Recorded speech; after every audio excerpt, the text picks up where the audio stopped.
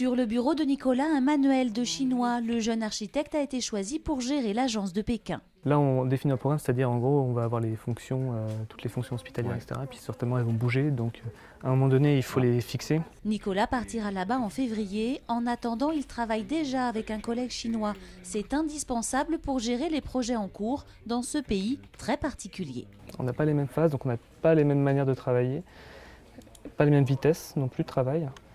Donc il faut qu'on puisse réussir à dire qui va faire quoi, dans quel temps par rapport à la France. C'est aussi pour ça qu'on travaille tous les deux.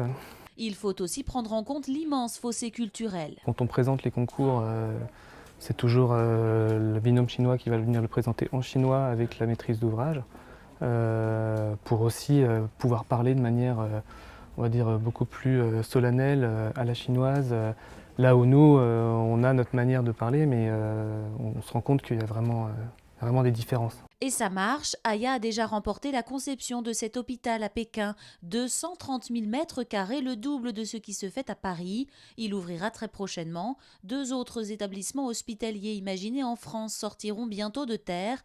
Face au besoin de renouveler ces structures, la Chine est séduite par le savoir-faire français. Les nouveaux hôpitaux, ils veulent une certaine modernité, ils veulent une certaine conception, une certaine rigueur. Ça, c'est ce qu'ils trouvent dans les hôpitaux français, qu'ils aiment bien, ils veulent ça. L'entreprise mise beaucoup sur ce marché en plein essor, mais ne se fixe pas d'objectif précis. L'agence de Pékin et ses 5 salariés offriront d'abord une proximité avec le client. Si on veut vraiment avoir une continuité dans l'approche de notre développement en Chine, il faut vraiment qu'on s'installe là-bas et que l'on ait des partenariats avec des équipes locales. Si l'expérience est concluante, Aya envisagera ensuite de se tourner vers le Brésil ou l'Inde, 2 marchés eux aussi très prometteurs.